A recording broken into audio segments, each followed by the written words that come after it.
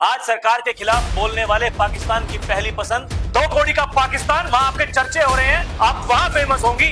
इन्हें झूठ चलाना है, इन्हें प्रोपेगेंडा फैलाना है, इन्हें भारत को बदनाम करना। ऐसे झूठों का हमारी सरकार भी कुछ नहीं करती। जो ये आस्तीन के सांप हैं, अब उनको मिट्टी में कब मिलाएंगे? कब तक ये हिंदुस्तान में, इस भारत में रहेंगे? इनका इलाज कब होगा? दर्शकों नमस्कार, डीएनपी इंडिया में आपका स्वागत है। मैं हूं आपके साथ राहुल चौधरी। मेरे पीछे आप जिनकी तस्वीरें देख रहे हैं दर्शकों, ये नेहा सिंह राठौर इनका नाम है।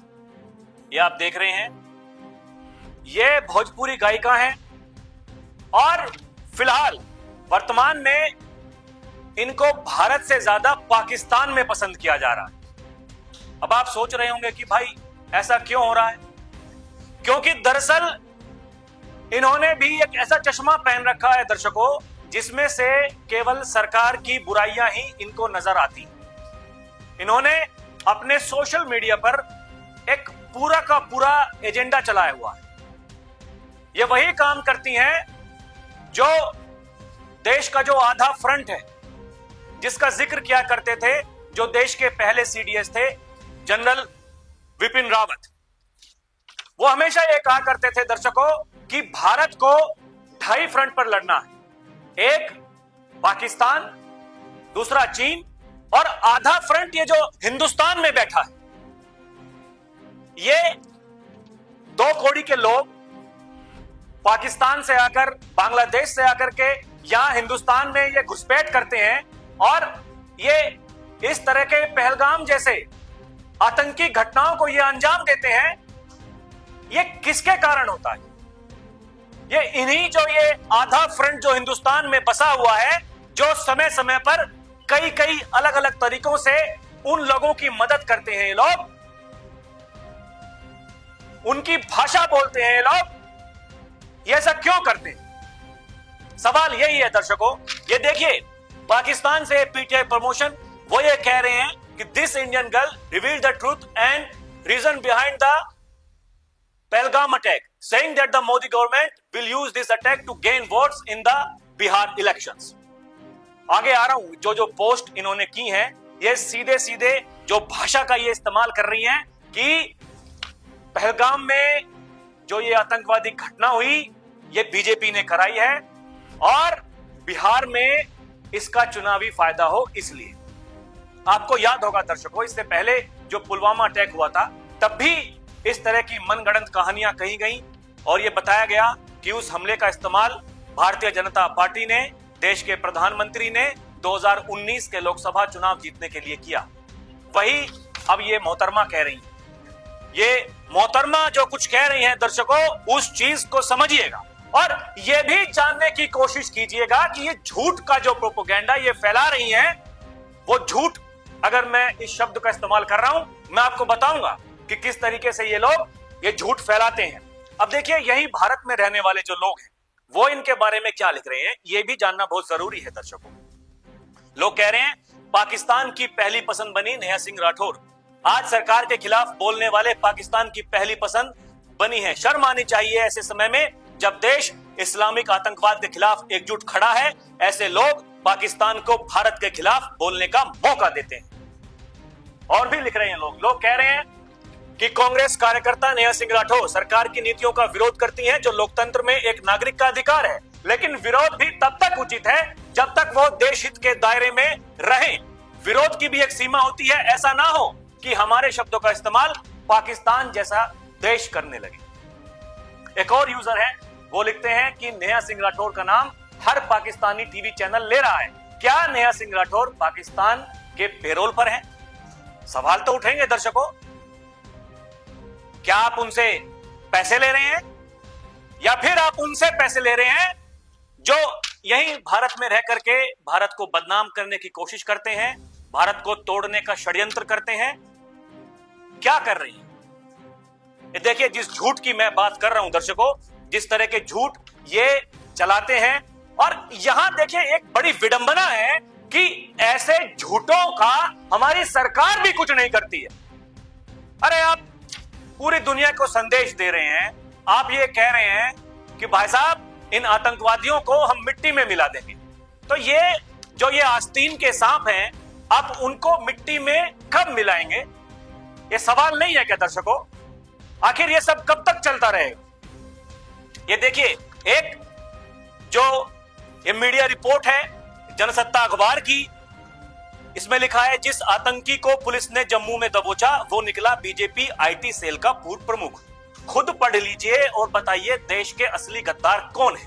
ये ट्वीट कर रही हैं ये मोहतरमा नेहा सिंह राठौड़। इसकी सच्चाई क्या है दर्शकों?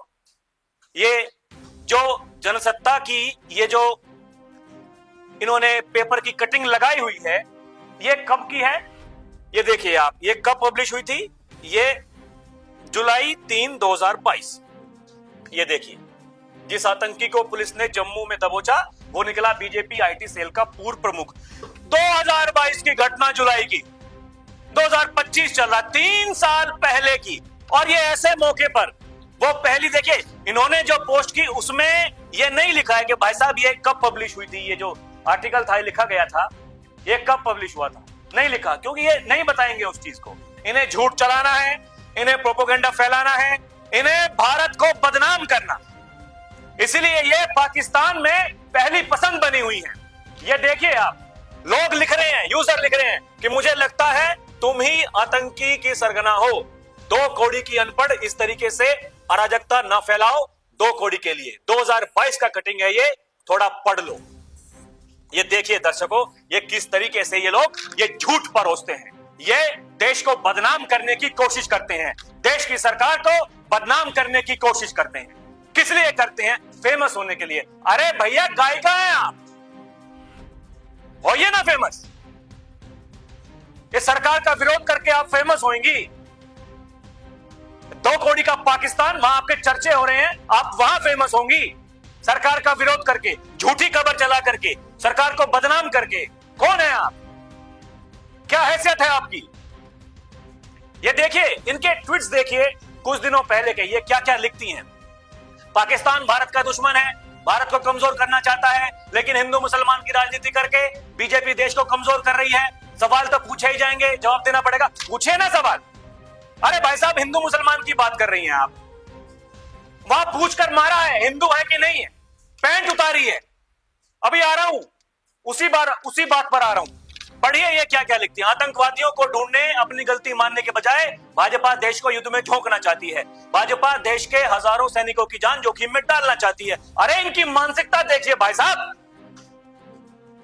सरकार कह चुकी है गलती हुई है हमसे, हम गलती मानते हैं, है हमारा फेल्योर। क्या करेंगे? मातम मनाएंगे, आगे कार्रवाई नहीं करेंगे। एक कह रही है सैनिकों की जान जोखिम में डालना चाहती है बीजेपी, राजनीति कर रही है बीजेपी। अरे देश जवाब मांग रहा है, कब लोगे बदला? हमें बदला चाहिए। ये देखिए जरूरत क्या है।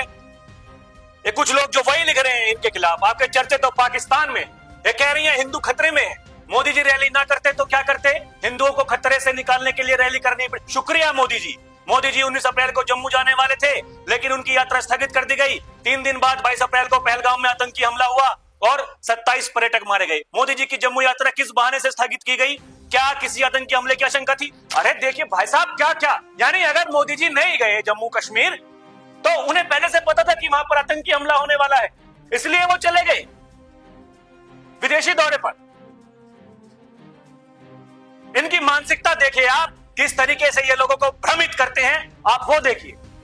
ये कह रही हैं आतंकवादियों को कड़ा संदेश बिहार की धरती से क्यों देना है? कड़ा संदेश तो कश्मीर में जाकर देना चाहिए, बीच में बिहार कहां से आ गया? यानी राजनीति, क्योंकि बिहार में चुनाव है इसलिए मोदी जी चले गए बिहार, वहां जाकर के पूरी दुनिया को बता दिया कि भाई साहब हम क्या करने वाले हैं।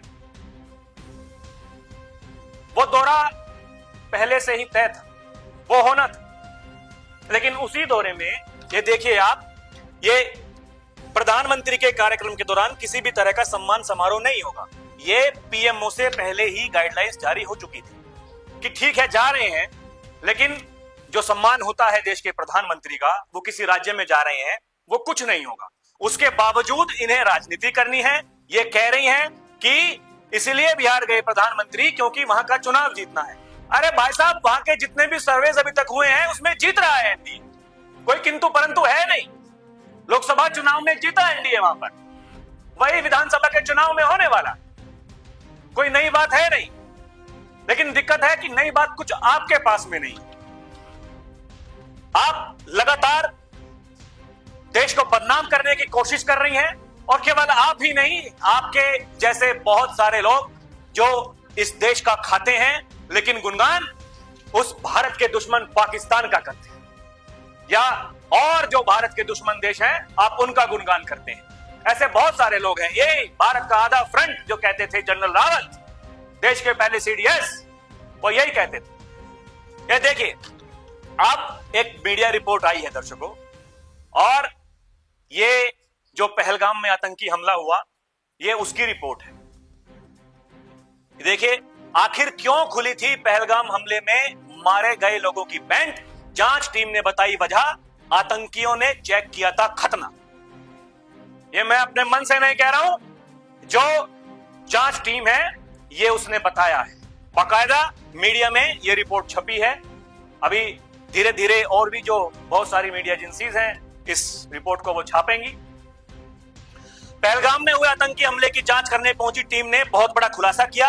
हमले में मारे गए 26 में से 20 लोगों की पैंट नीचे खिसकी हुई थी। अब इसकी वजह सामने आई है। टाइम्स ऑफ इंडिया ने अपनी एक रिपोर्ट में सूत्रों के हवाले से कई फैक्ट्स बताए। कहा जा रहा है कि आतंकियों ने मारने से पहले जो पर्यटक थे, कई तरह से उनकी पहचान की कि क्या वो मुस्लिम है। इसके लिए पहले आधार कार्ड मांगा गया, इसके अलावा कलमा पढ़ने को कहा गया। इससे भी संतुष्टि नहीं हुई तो पैंट खोलकर खतना हुआ है या नहीं ये चेक किया गया। इसी वजह से मृतकों की पैंट खुली हुई थी। अब आपको पता चल गया दर्शकों, ये क्या था। जो लोग ये कह रहे हैं कि वो पर्यटक थे, वो ना हिंदू थे, वो ना मुस्लिम थे, वो ना क्रिश्चियन थे। क्यों हुआ ये? ऐसा क्यों हुआ? ये ऐसा कृत्य है दर्शकों, ये अपने मुंह से बोलते हुए भी हमें शर्म आती है, लेकिन कुछ लोगों को इसमें राजनीति करने में शर्म नहीं आ रही। कौन है ये लोग? ये आस्तीन के सांप। और कब तक ये हिंदुस्तान में, इस भारत में रहेंगे? इनका इलाज कब होगा? यही वो सवाल है दर्शकों। इस सवाल का जवाब किसके पास है? आप भी हमें बताइएगा। क्या आपके पास इस सवाल का जवाब है? हमें कमेंट में लिख के जरूर बताइएगा। और ऐसे लोगों को इस देश में कब तक बर्दाश्त किया जाएगा? इनका इलाज कब होगा? यही सवाल है दर्शकों, और इन्हीं सवालों के साथ में आपको छोड़े जा रहे हैं। अभी के लिए इतना ही। आप देखते रहें डीएनपी इंडिया, हर खबर भरोसे के साथ। नमस्कार।